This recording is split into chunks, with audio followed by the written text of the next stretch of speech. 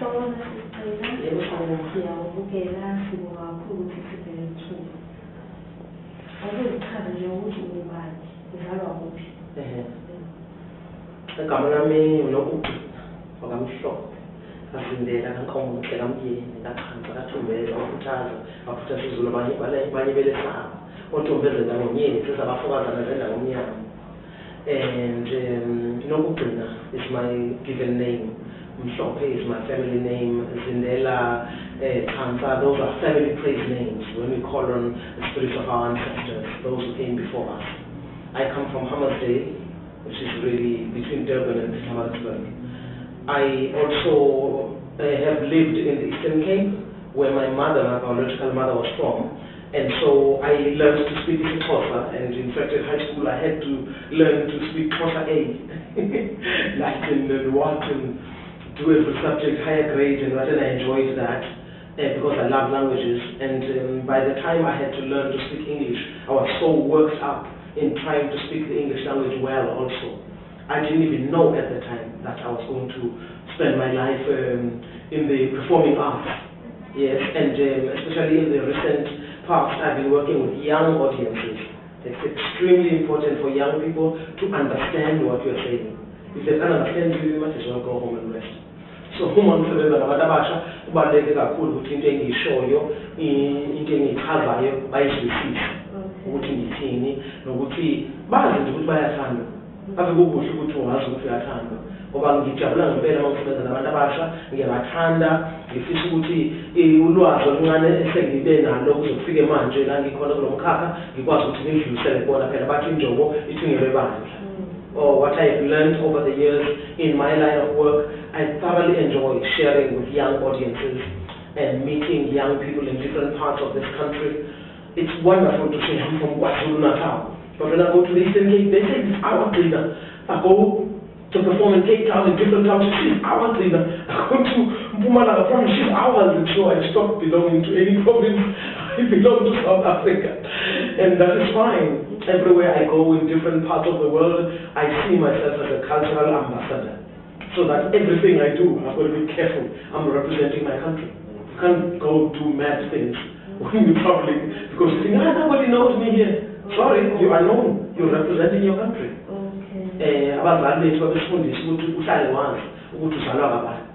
Mama uzalwa kamhlophe, ufuna uqaphele ukuthi wenzani, ugqoka kanjani, wendlela ozibonakalisha ngayo emphakathini, kwayindlela okhuluma ngayo, kwayindlela osebenza ngayo nendlela ophilisana ngayo nabanye abantu. Ibaluleke kabi ngani ngoba wena wakamhlophe. Mama wenza into ezimbi, uhlamba nasibongo sakho kini. So when you do bad things, you are disgracing your family name. You are disgracing the place where you were born, your mother, your father, your whole family.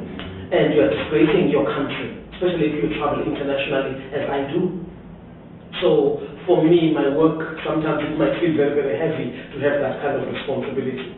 But it is important to walk in such a way that young people can say, she says it and she walks it. Yes. Oh, what's that? Gcina me. My name Gcina means the last girl and I'm the last one. Umuntu onjani? Ungasezichaze leyo ndawo umuntu onjani ogelekayo noma ngiwumuntu ohlala ejabulile. Ngisho ukuthi ngibonga uNkulunkulu ukuthi ngibe ngumuntu osempilweni. Uma uhlala uphilile uyakwazi ukuthi ujabule.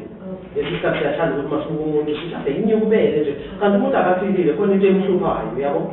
Mina ngaba naleyo nhlahla ukuthi ngiphilile isikhathi esiningi and ngiyathanda ukusebenza, ngiyathanda ukujabula, ngiyathanda ukuphila nabantu. That's me. What you see maybe in the newspapers or on television or on radio, you hear me. This is me on a daily basis. I am a very happy person and I've been blessed with good health. I honestly thank God for that. It's not everybody can claim they are blessed with good health. And I see different kinds of sicknesses. Some of them I didn't even know they existed. You know, so I have got no reason to not thank God on a regular basis for good health. Some of the things I have achieved, with all the honors I have accolades I have enjoyed around the world, I could achieve all of those things because I'm in good health. You see? And also, I dreamt big, but there was no guarantee that the things I dreamt about were going to happen. So, mostly, I'm a very, very grateful person. My father used to say, igama elibaluleke kuwo wonke amagama elwimini lwesiZulu igama elithi ngiyabonga. My father said the most important word in the Zulu language is ngiyabonga, thank you. You must be grateful even for the smallest thing that another person gives you. A quarter of an apple. Why didn't you give me a big apple? Why didn't you give me the whole apple? Thank you very much. She had a bag of them. That quarter of an apple is okay. You must say thank you. Yes, it's okay. And so some of the things that I thought I could do and I could achieve, I didn't. That's okay.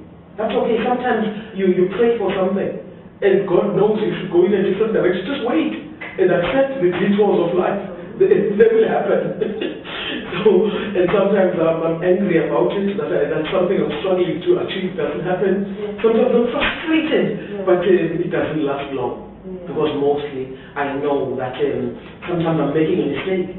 In time you realize, if I'd gone in that direction, things would have been terrible. So kumele ujwayele ukuthi ngesinye isikhathi ukungayitholi into oyifisayo ukugwema okunye lokuzokwehlela yabo. So ngiwumuntu onjalo ke nokuthi ngiyawuthanda umndeni wami ave kumnandi banodadewethu nabafowethu nabashana nabazukulu kumnandi kabi nje. We come from a big family and my sisters, my brothers, my cousins, my nieces and nephews and the grandchildren. You know, I was a gogo before I was a mother. Because of the youngest, and my older sisters had children, and their children got married, and they had children, and they were calling me Gogo. You know, so I got used to that. And my daughter, her name is Noma Kwesi.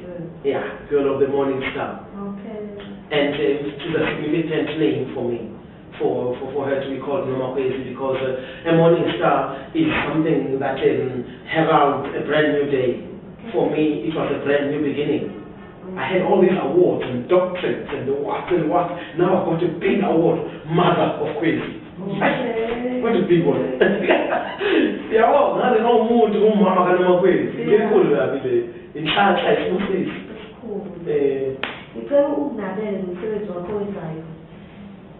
Umsebenzi engiwenzayo ngingumbhali, ngibhale incwadi, ngisebenza kakhulu kumkhakha wemidlalo yeshashalazi.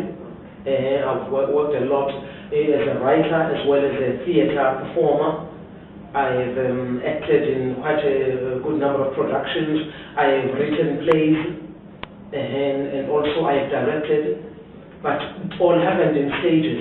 When you did not get a chance to study and officially learn the rules of a particular profession, you might get threatened by other people and their qualifications and what. But for me, I learned by doing. And many people have been very generous to share their skills with me. And one of those people, Maisha Maponya, is the first director I ever worked with. He was from Soweto. He did a show called Umongikazi, talking about nursing conditions in Barabara Hospital. And I was one of the actors in the show, and we worked very, very hard. Masenza lo msebenzi lo kuthiwa umongikazi ngangisasebenza njengombhali wezindaba zephephabhuku elabizwa ukuthi Learn and Teach. I was a journalist at the time writing for Learn and Teach magazine. The company was called Learn and Teach, and it was in the literacy profession, helping people who have recently learned to read and write.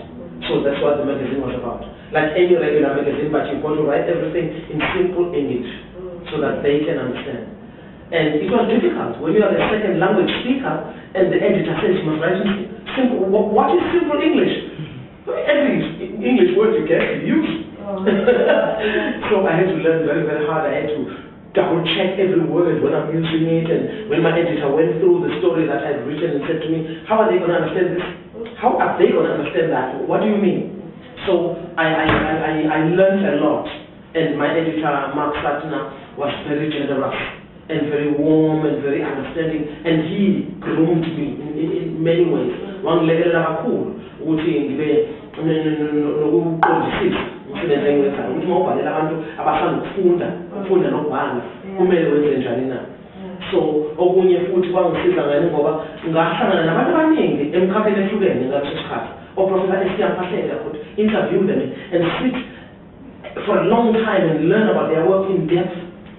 I met Philip Tabane, the heavyweight, you know, an amazing African jazz musician. Oh, Babu, I met so many people, I met people in different fields while I was working for Learn and Teach. And it kind of connected me into Joburg. It was like I was getting into the nerve center of the who's who in Johannesburg. Otherwise, how on earth was I going to meet all of those people? Then you're going to come with, I'm not going to just walk up and say, my name is Gcina from Hammersdale, you know. So it gave me the connection to the nerve center of the who's who in all that network. And then when I did the play with Maisha Maponya, I was still working as a journalist and performing in the evenings. I did not understand that I was crossing into the professional theatre world. I started on the professional stage, the very, very first production I did. And I was used to writing about other people. And now the journalist wanted to interview me. And then you open the book with my name. Something's wrong. I'm the journalist. I'm supposed to be interviewing people. I'm supposed to be writing about them. So I had to get used to that. And then that's when I started traveling.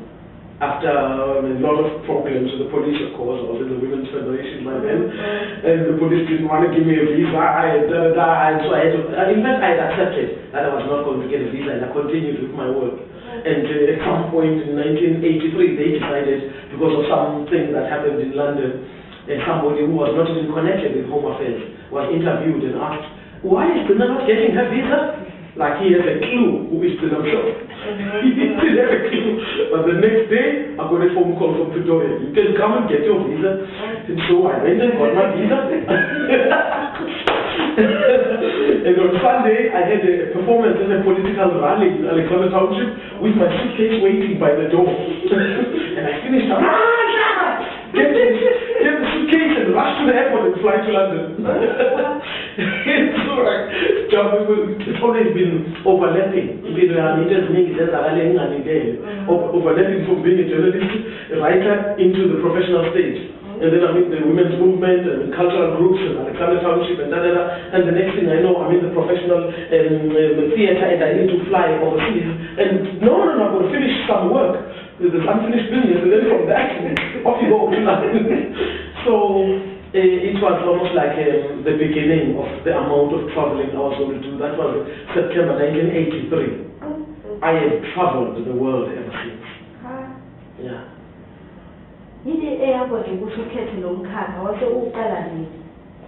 Ukubhala ngaqala ngino-17.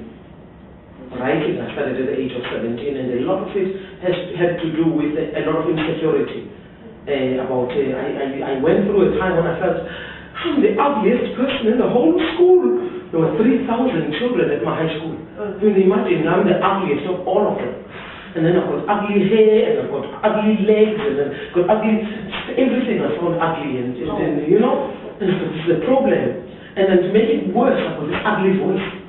Hey, I prayed a lot on Sundays.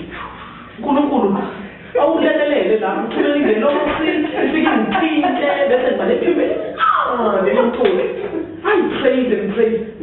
No angel came.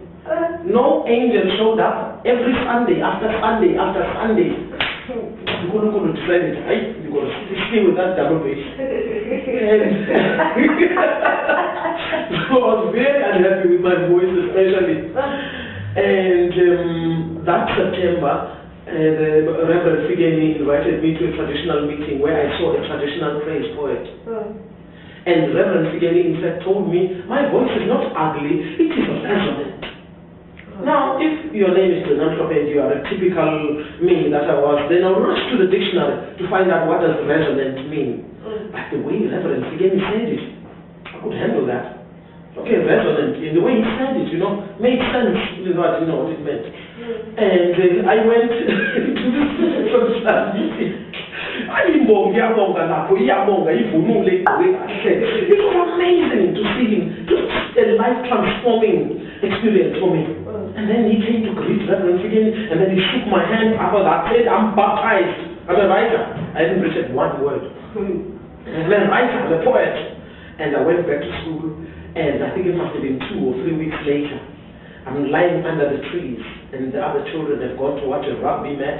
We had a very good rugby team at our school. And they've gone to watch rugby and what. Me, I'm lying under the trees, contemplating, thinking, reading. Suddenly I wrote my first poem. And I stood up, I read it out loud across the gum trees and black water trees, across the fence. If anybody was walking past, I don't know what they thought was going on with that lonely girl under the tree. I read it out loud, and I thought, yeah, Reverend Figan was right. My voice was designed to present poetry with a dignity. Yes. This must be it. This must be resonant. And I fell in love with my voice on that day. I remember standing under that tree, touching myself, thinking, you know what? I love you. I fell in love with myself. I accepted myself that day, and I've never stopped writing. And I've never questioned God in terms of why do I look like this? Why do I have my double bass? I love my double bass now. And so I started writing at the age of 17, and I was writing in the Xhosa at the time because I was at a Xhosa speaking high school. And then published luckily in magazines like Inkubela, Imbozabantundu. They sent back my work, and I was so excited. And then when I went to Johannesburg, I just went for Christmas, and I stayed for about 21 years. Sometimes Christmas can be long.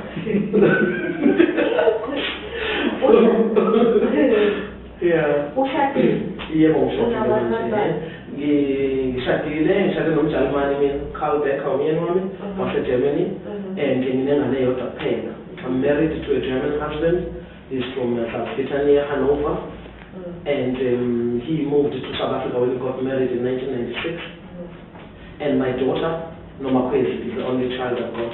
But I'm a mother to so many children, and she grew up knowing that, even the children of my sisters and brothers and watching. So I have been a mother for many years. And as I said earlier on, it's a blessing to be a mother. The amount of traveling I have done because of my work has meant that I've worked with so many people in so many parts of the world. I've been really, really lucky. Uyena wayengikhulisa ngisemncane kakhulu eHammersdale, wayethanda kakhulu ingadi. Engadini ingadi yakhe, wenani utshalile lapho obhontshisi, utshalile imfino, mathanga, yini nezimbali, ethanda into ezinhle gogo. And ingane kwami. She had a beautiful garden, and she's the one who told me stories. And I used to sit with her alone in the house, and she would tell me the stories. I would feel so lucky, and it was like my mind was traveling to other countries, to other planets, to other parts of the universe, above the clouds, below the ocean, so many places. Wayengithatha ngibeke kulezo indawo mayengixoxela ingane kwami. Wayekathi kumina uyazi noqina umhlaba mkhulu. Nehammersdale indawo encane eseduze kwaseThekwini. iThekwini indawo encane eNatali. Wangasho ukuthi kwaZulu ngaleso sikhathi ophese eNatali. iNatali indawo encane eNingizimu Afrika. Futhi iNingizimu Afrika indawo encane kwisizwekazi lase-Afrika. Ngingazi ukuthi ngalesizwekazi uyini-ke wena. Athi izwekazi lase-Afrika into encane uma uqhathanisa nomhlaba wonke jikelele. Umhlaba mkhulu. It's a bigger world out there. Gogo, she used to say, Hammersdale is a small place near Durban. Durban is a small place in KwaZulu-Natal. KwaZulu-Natal is a small place in South Africa. And South Africa is a small place in the great continent of Africa. And the continent of Africa is a small place in a bigger world out there. Bigger world out there. I don't know what she was talking about, but she was clever. She knew things, my gogo. And I had no idea that I would be so lucky, so blessed to travel most of the world. I've been to Japan, Singapore, you name, I've traveled the East, I've traveled South America, I've been to most of the US and Canada, I've been to, last year I directed a production in Greenland, that's far away. And it was freezing cold, my poor feet. That was not Zulu friendly. But they're such warm hearts and such lovely people to work with, so I've been very blessed. I've been excited about it. You know, it's hard dialogue, yes, in South Africa. Ngithanda abantu bakithi. Kakhulukazi ngithanda abantu mina ngizwe lakithi eNingizimu Afrika. Okwesibili ngithanda ubuhle bemvelo. lihlizo lakithi kakhulu kakhulu abe ngiyiqhenya cabangaze umuntu ohambile umhlaba njengami kodwa ngithi uma ngibuya ngithi azalwa enhlahla ngazalwa ezweni elihle kangaka. So my biggest love for my country are the people of this country. People of different cultures and religions and professions and what background. I love the people of my country. Number two, I love the beauty of the land. I have traveled all over, but I come home, I still fall in love with South Africa again and again. And I'm very lucky that I was born in a beautiful country like South Africa. Yes. Umyalezo wakho entsheni nabathanda laba abathanda ukwenza lo mkhakha wakho? Ngizama ukucomula izinto ezasho ubaba wami. Ubaba uMhlophe wayethanda ukuthi inhlonipho yamakho umuntu. Uma ngihamba ngiye eGoli cabanga ingane yakho yokugcina nje gcina ncinci kuyona yodwa seyihambe eGoli uzokwenza njani kuyintombazana lokwenza ngihlalisa phansi wathi inhlonipho ngane yakho uyihloniphe wena uhloniphe nabantu ozophilisana nabo uyophila kahle emhlabeni ungakhohlwa ngakuthatha lokho ngakufaka esikhwameni ngakuthatha njengomphako engiyokudla ngozibona lokubandayo nami. So my father said to me when I went to Johannesburg and he was worried about his last born daughter in the big city of gold where so many crazy things happen, he said to me, respect is the most important thing that we can give you as heritage from this family. We don't have money for you to start a new life or a brand new car or whatever, but we give you respect as your traveling food. And my father said, if you respect yourself and you respect people you come into contact with, you'll be all right in the world. And he was right. And he was right. I have respected people that I've worked with in different professions, and I respect people whether you are on top and you've succeeded, whether you are sweeping the dirtiest of streets, you matter. I respect you. And so I respect different people. Everybody has a role to play, and I have managed to interact and accumulate knowledge and experiences because I respect other people, you see. And when I got married, my father said, the cement of a good marriage is respect. My daughter, when I talk to her, and everybody, she's so good looking. Oh, she's so good looking. Everywhere we go, she's so good looking. When we were in Italy, they were calling her Bella, Bella, Bella, Bambini, Bella, Bella. I thought my child was going to think her name is Bella. Again and again, I sit down with her and I say, Kwezi, you are beautiful, there's no doubt about it. But please, respect, respect, respect. For as long as I live, I'll pass on the heritage of respect that I got from my parents to my daughter. And I hope that she will pass it on as well. She'll live with this motto of respect. And another thing, I love tortoises. I enjoy tortoises. Oh, I love them, I love them. My mother was Mashezi. And the praise names of the family of Shezi, which are the tortoise that takes forever to die. Okay. The tortoise in African folklore represents wisdom, long life, patience, resilience. Those are very important qualities, for anybody to strive for. And in terms of long life, you can only hope for long life. But patience, you have to fight hard for patience because it's not easy. We always want things to happen fast. Another thing, I look at the wisdom. You accumulate wisdom by learning, by being open to the universe to teach you, to many people around you to teach you. From your mistakes, you learn from your mistakes. Yeah. And the day you meet a perfect person, you meet a liar. There's nobody who's perfect. I don't care how clever they are, how many degrees and doctorates and PhDs and what else people accumulate. You need to understand that you need to learn from your mistakes. And I make mistakes, and I get frustrated, and sometimes I'm saddened by that. But I wake up again and start afresh and try and learn from those mistakes. And so the tortoise is an amazing symbol. I started the collection of tortoises that I've got in my house from the year I jumped ship from theater to storytelling. Yeah.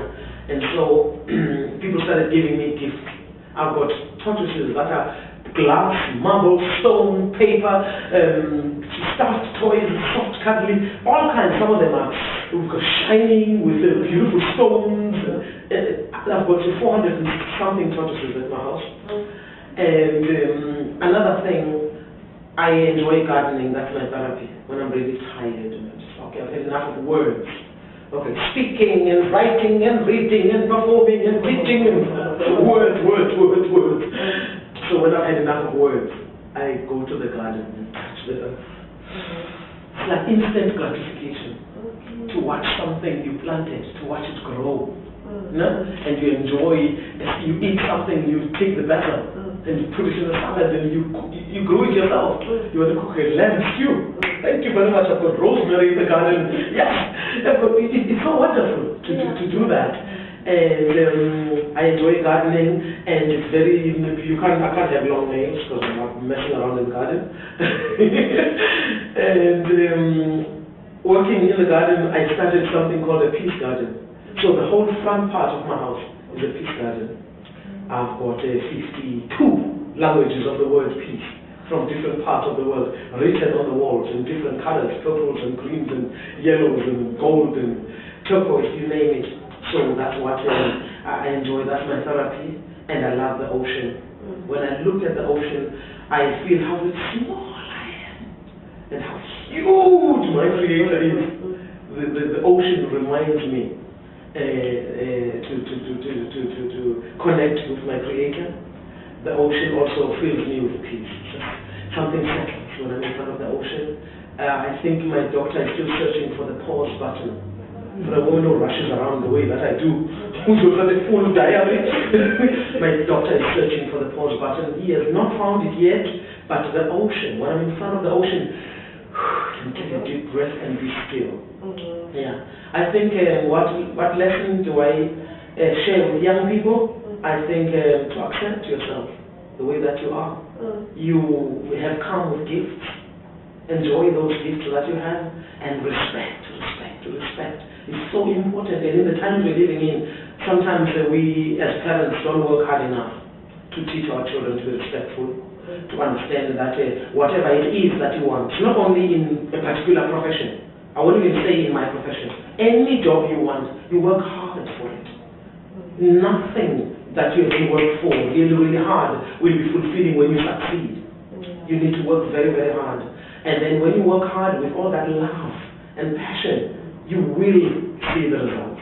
I've never met a successful person who's not in love with the job they do. I've never met a successful person in any profession who doesn't have the passion, the drive, and openness to learn continuously. I've never met. Ngazingambona umuntu ophumelelayo engenakuthanda nokuzinikela kuleyo nto azikhethele ukuthi uzoyenza emhlabeni. Noma umbhali, noma uyathunga, noma wakha imizi, noma usebenza ngokwakha imigwaqo, udizayina amabhilidi, noma yini oyenzayo, kumele ube nothando nokuzinikela uyisimanga. Impumelelo ingeyakho.